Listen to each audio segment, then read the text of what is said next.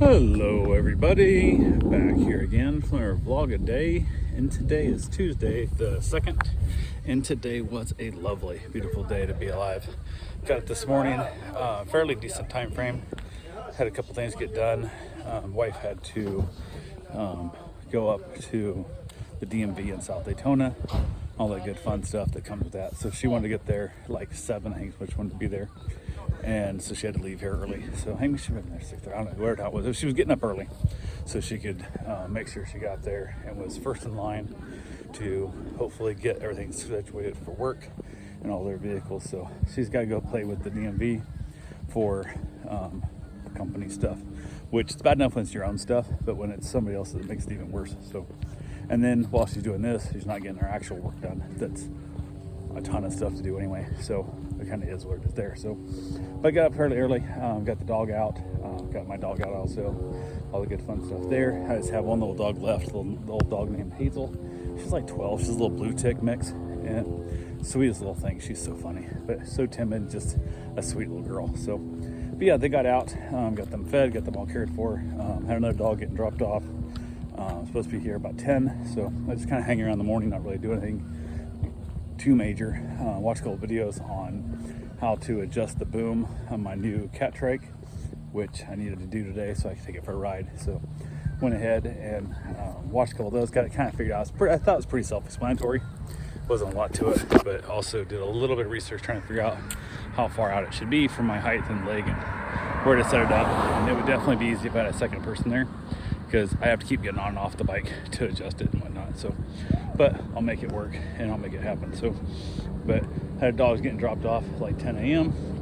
They reached out a little before that and said they're having car trouble and they want to know if they can drop the dog off later. And I said, absolutely, I'd make, whatever, just let me know. So they wanted to drop the dog off, 10:45, 11 a.m., whatever. So went ahead and I said, absolutely, make it work. So I went ahead, went out and adjusted my boom on my trike. I'm waiting for them to get here, and then they showed up and we were bringing the dogs in, bringing her dog in and the bed and stuff and whatnot and everything that comes with it. And we were chatting and getting his food, and he has like ground turkey she cooks up, and so it has to be in the refrigerator and whatnot and whatever. So went ahead and basically getting that all put away, and then something about coming in. She had never seen inside the house. I'm like, well, come on in for a second, which they were running behind. So she did poke her nose in, looked at my flooring, a couple of things we were talking about, changing her flooring out, whatever. And then her company, the people I bought my flooring from, is a client of her company, and so on and so forth. So kind of is what it is there. So we had a nice little chat there. Went ahead and put Hazel Girl in the bedroom, let the big dog outside, let him run around, let him pee on some stuff. Kind of feel out the yard again. I've watched him a bunch of times. He's a lot of fun. So from there, went ahead and let Hazel back out, and they got to playing. And I wasn't sure how it was going to go, because Hazel, like I said, she's 12 and she's little, and Bistro is big and he's young and he's full of energy. So, but yeah, they started playing. They actually got doing a little bit of chase even, and they started running and having a great time. They got along splendid. And at one point, she's running like a bat out of hell, and Bistro cut the yard short, but she circled back around, and they almost ran into each other. They got stopped, but almost ran head on into each other, but they got stopped. So they kind of snipped it a little bit, we get some drinks, whatever stuff, and kind of hung around and fit together just wonderfully. They got along so well. So it was all good there. Heard from Hazel's owners, they were going to pick them up about 3:30, somewhere in that range, and got picked up, no issue. Chat with them for a few minutes and whatnot. Dog was happy to be going home, happy to see him. They're like, "Where's Shirt?" Because they sent him a video of the dog's playing. They were so excited to see their old dog playing like a puppy. So that was cool. So we chatted a little bit how their trip went. Got back in there and hung around. We just hang out with Bistro and my dog. And my dog's getting, I think it's about time to probably end up having to, I guess as people say, put it across the Rainbow Bridge, think about kill my dog. Like, I'm gonna have my dog put down, I think. He's standing funny, he just kind of hunches a little bit. Doesn't appear to be in pain, but he doesn't appear to be as joyful as he's got less joyful times. And that's my big thing. If I notice there's pain at all, I'll end it for him, because I don't want him in pain. That's not fair to him, just for my comfort and whatnot, but kind of is what it is there. So went ahead and got that figured out. Went and got my bike ride in. Didn't ride real far today. I decided to not overdo it, because I don't know if I have the boom set up quite exactly where it needs to be for my height. definitely didn't have the headrest set up right. I got to change it. I had the headrest wrong, but didn't want to go out and just ride like 25, 30 miles the first day and then have my legs be so damn sore I can't walk for the next week, or even make it more painful to ride again. So trying to go super slow, keep the distance time down, like half an hour-ish kind of thing. And there's no use to buy a bike to rehabilitate my ankles and knees and then jack up my ankles and knees on the bike, so by overdoing it. So definitely hoping I'll get a little bit better conditioning by doing that. But got a few miles down. I think I ended up riding, I don't know, 6-8 miles like that, somewhere in there. So how are you doing? So I went ahead and got that ride in nicely. A little bit dangerous. I'm out here on the streets, and it's a super low tadpole style bike. I don't have a flag for it yet, so I was really cautious, watching the mirrors 24/7. I was just riding my neighborhood, just up and down the roads here. So worked out well though. Shift's nice, all that kind of stuff. I'd like to get a little bit more adjusted. I might get one of the padded seats for it.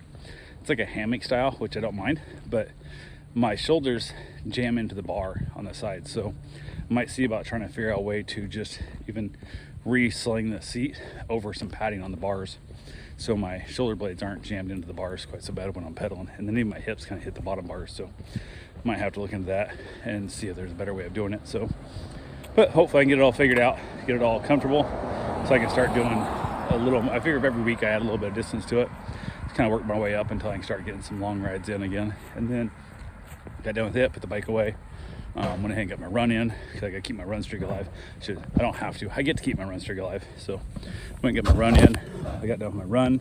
So I was coming back from it. I stopped, talked to my neighbor, guy I met a few years back. Dude's in a wheelchair, used to ride a crotch rocket that he rigged up like training wheels for it. So he flips a switch and these little rods stick down, little like skateboard wheels or rollerblade wheels, hold him up so he doesn't fall over. And then basically when he takes off, he hits a button, they flip back up again. So he'd gotten rid of it, but he has himself a C5 Corvette. We chatted a little bit, he about the motor on it. Turned out he dropped a valve. I don't know, not a valve, lifter. Ended up screwed up on it. Brand new motor, brand new lifters, everything. So he's really annoyed by that. So he's got to tear it all back apart and start over. And it's got, I don't know, less than 1,500 miles on it, like that, on a brand new full built engine. So that made him a little unhappy. But he found himself a newer Chevy truck, which he was polishing out. He bought it from my friend's mother. His father passed away and stuff. Then the son died like right away, like weeks later kind of thing. So that was a whole mess. So it was kind of a thing, but it was just rough shape. The guy used to back into like his bush. That's how I knew it was time to stop. Tailgate was all digged up and stuff, so he was polishing it all back out.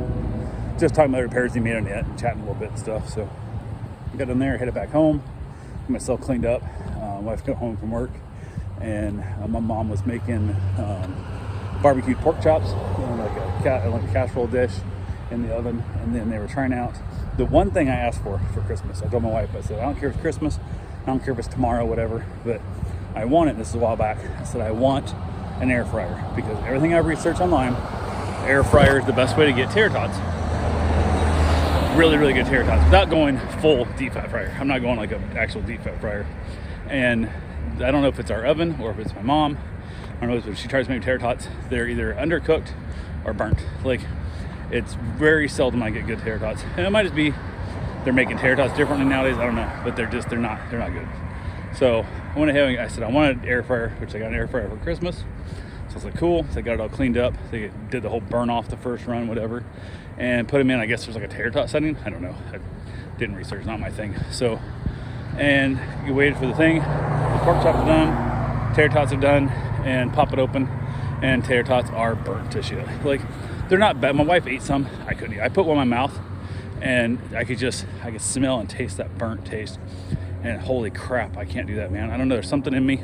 I guess it's back to my ex-wife's mother. Burnt everything, like, just awful.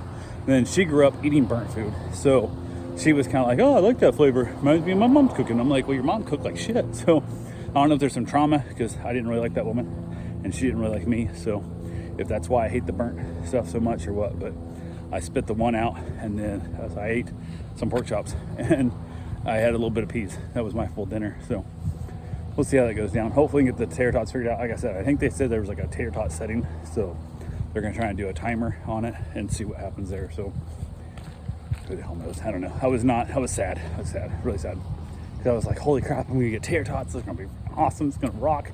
And no tater tots. So, oh well, what do you do? So from there, end up heading back outside after watching a little bit of Wentworth. I went back out there, played with the dog, enjoyed myself a nice cigar. It's cold, kind of chilly. And then basically from there, headed to bed, watched a little bit of TV in there with my wife. And all I had left was Bistro and then Bruce. And Bistro went to sleep out in the living room with Bruce last night. So I was like, cool, stay out there, buddy. It's just no reason being here if you don't want to. Stay out there with him. So they slept out in the living room together and they're all good. So but anyway, that's all I got for right now. I will talk to you guys tomorrow. Have yourself a safe, wonderful day. Thanks for watching.